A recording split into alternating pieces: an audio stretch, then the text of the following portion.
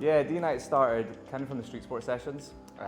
So I'd been volunteering there for about a year and then employed by the trust, and Torry was one of my main sessions that I did most weeks. There was a cohort of boys there that all used to play for the same team, so it was D-boys back in the day, and that folded. So they'd been like 3 or 4 years without a football team that they could all play for. Street sport was that for them. It was a place they could all come down and play as mates and get a bit of football. But they missed that competitive element of it. So the charity supports young people in many different ways, mainly through street sport, which is where we find most of our participants for the other sort of programs. We just have, as a charity as a whole, we are a voice for young people. We want them to feel empowered within their communities, feel like they've got a voice within their communities, and they feel like they're being heard, and we can bring that to light. I was very interested in sports and design at uni, so it seemed like a great project for me to design this kit for the charity, for a good cause as well. And after uni I got a role in sports apparel, which is a related field, so it was a great project which sort of helped me to get into that industry as well.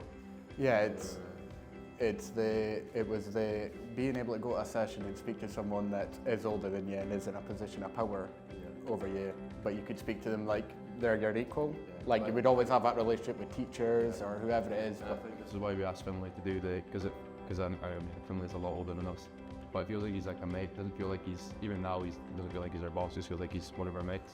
Yeah, he's like literally our best pal. He wouldn't admit that. So last year we decided to take sort of the Denis Law Legacy Trust over to Bologna to go through the design process and manufacturing of their new kit. We took Rowan, who designed the kit, as sort of a reward for going through and doing all that work.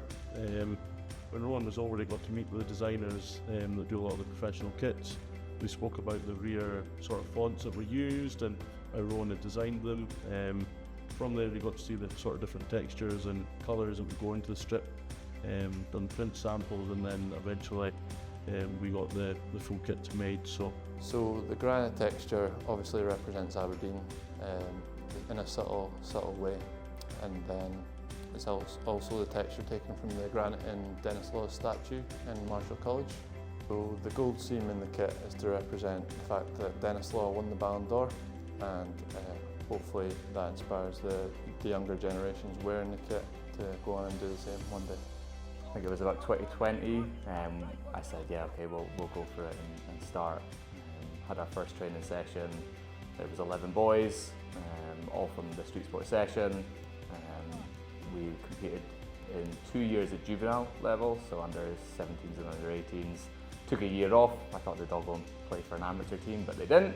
And they asked me to start again at amateur level, which is where we're at now. You have the fact that it started from a group of pals, but I think that also comes into it coming from street sport, like the group of pals that went to street sport, that's now the team, and having Denis Law is like almost like this overshadowing thing.